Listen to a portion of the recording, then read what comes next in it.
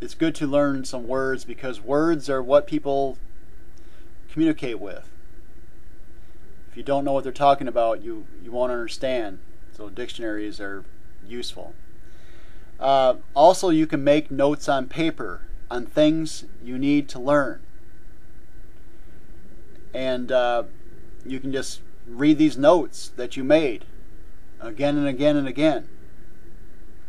And whatever notes you want, if you have a certain definition of a word, you want, make sure if you want to get it understood, and you keep on having to, you might, let's say you forget it, just write it down if you have to, and just go over it again and again, and make some imaginary sentences using the word. Like say the word is cigarette. You might, what I mean by imaginary sentence, you might say the man smoked the cigarette. Another imaginary sentence, another sentence you might say that you make up could be this: the cigarette fell on the floor. Just make a bunch of sentences up. Over time, you'll know what the word means without having to look it up anymore. And you can make notes, by the way, you can make notes, by the way, on things that you notice, and you can also make notes on where you need to find certain things, such as let's say a shelter offers free toothbrushes every 50 days or something like that. You can note that down, so you make sure you go there, you get them for free, you see. And also you want to put a pocket knife in your backpack, a second pocket knife, not the one that's in your pocket, but also put one in your backpack. And then put a cigarette lighter, a small small mirror that is safe from breaking. You don't want it to break.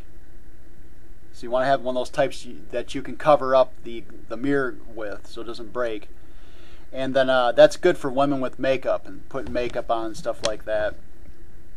And whatever else is good for. You want to have two key type locks. Those little locks you put on lockers? You want to have 2 of those.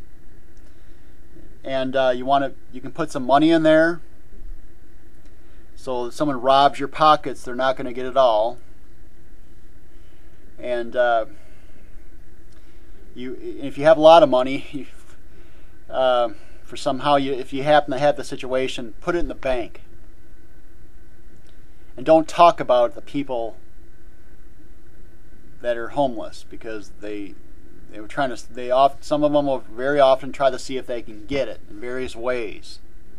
Okay, some people might come up with a great plan that they have, that if you just spent this money on this thing that they want you to get, that things it could be great. Maybe it could be, but the person might just want to get your money. He might, for example, want you to buy something which he doesn't have the money for. But you see, I'll give you an example. Let's say he has a truck, but you have some money and you can buy a snowplow that can be attached to the truck, right? The person might say, "Oh, this is great.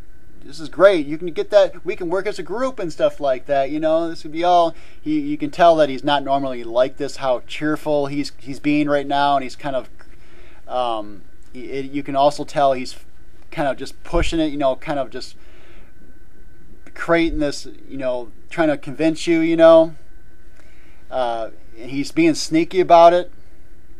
What he might be doing is trying to get you to put the snowplow on his truck, and then if it doesn't work out between you and he, you might try to take the snowplow off, and he'll call the cops and say that you're trying to steal his property. You see? Anyway, you also want to put paper towel in your backpack, some toilet paper. You want to put those mechanical pencils, those little pencils you can refill the leads with. You get a couple of mechanical pencils and you get some refill lead. Don't use ink. Ink pens can break and they can get ink inside of all over everything. Use those mechanical pencils. Use those little refillable pencils, I mean. use those pencils that you can replace the lead with. You can actually replace the lead. Okay, you want to be able to replace the lead. I mean, because if you can replace the lead, you can always, all you have to do is replace the lead. You don't have to replace the pencils. And if you loan them out, and that's all you got, and they don't return them, you lose your pencils. Okay? Another thing I had to tell you. You want to have some writing paper. It can be some scrap paper that the public library is throwing away, you know, for notes. You also want to have thread and sewing needles. So stitch any clothing that you might have that need any buttons, you know, any little small tears on certain things. You also want to have boot wax and brushes and a bag that is sealable so that none of the wax or anything or any of the brushes can get on your clothing, because it will mess your clothing up. And you can probably get a small container of this stuff. It's generally lightweight, and if you happen to be in a situation where you're homeless, or even if you got a house, whatever the case is, black boots are very useful. So I prefer them anyway. I prefer them myself, and if you keep those things, you keep them black when you're homeless, not all trashed looking. You generally you don't look like you're trash. Even if people know you know that your situation, they're like, this guy actually keeps himself neat, even though he's in a shitty situation that most people would consider this to be a shitty situation. And so I just wanted to go through all that, some advice. There's a lot more stuff that I'm sure people can learn or think about than what I put here, but this stuff is some knowledge which can be useful. I don't know if all this stuff will fit in your backpack. You might have to adjust things. The reason why, by the way, that you want to have at least one pair of sweatpants is that you have to be able to wash the pants you're wearing. So you have to have something. You have to be wearing something when you're washing your clothing. So, when you go to the gym, well, you don't have to work out. You can just get a shower there. But mainly, you want to have something, a second pair of something you can wear. You see, and you don't necessarily need a lot of stuff. And you might find that that some of this stuff is just too much. It doesn't all fit. Well, you might have to reduce the stuff, and also the clothing. When you have dirty clothing, you know those grocery bags, those plastic grocery bags they give you when you buy stuff at the store, grocery? Even if you buy 5 apples, make sure they give you grocery bags. Tell them that you want them to double bag your apples, because grocery bags, those plastic ones, you can put dirty clothing in them. So you don't make your backpack smell. You just put dirty clothing in your grocery bags and then tie it once closed, or just tie it double twice so it's permanently closed. So you have to tear the bag open so you can get your clothing out when you wash it. When you plan on washing it. So when you wash it, you can tear the bag open. You see. So in other words, you don't want to have your bag smell or your fresh clothing smell because you have your dirty clothing in there. You see my point? And you do not want to have anything leak, such as your toothbrush. You want, after you use your toothbrush, stick it in a bag or something, or stick it in something. Maybe take a paper towel or whatever and just squeeze it dry using the paper towel, and then stick it into a plastic bag.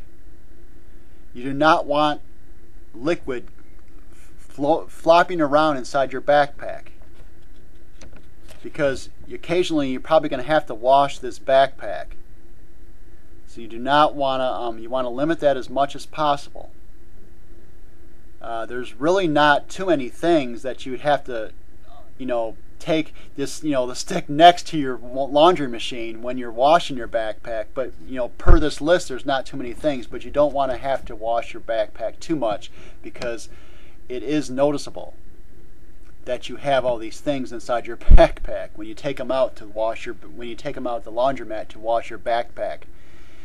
There are also better times to wash your stuff at the laundromat than other times. Less people there, less potential problems. And if you're with your small group, you can kind of stick to yourself in that location and just look at people sometimes and maybe see you can kind of pick up what they're thinking. And that goes pretty much anywhere. See if you can actually see what they're thinking. Because I think it's very possible to know what a person's thinking. Alright guys, that's some advice. Hopefully this is helpful.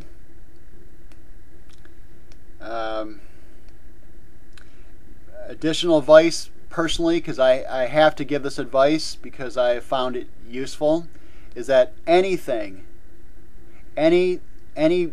books or lectures that are the most recent printing. When I say printing, the most recent edition, the most current book, because sometimes older books, there can be mistakes in them. There can be mistakes in the books, and you want to make sure you get the most current ones because the mistakes might have been removed. And but any books or tapes or CDs by the author L. Ron Hubbard, this can be something for you to check into if you want to check into it. If you don't, you don't have to do it. It's my suggestion. It might actually help you out. Okay?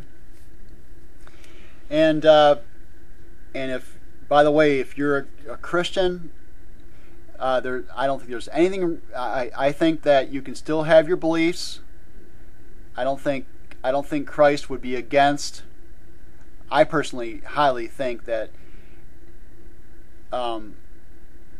Let's put it this way: anything that provides more truth, I don't think Christ would be against. Anything that provides truth, Christ would be against. So if you find that to be true, well then you go ahead and study it. All right, guys. There's my advice for the day. It's about a 3-part talk. Have a good one.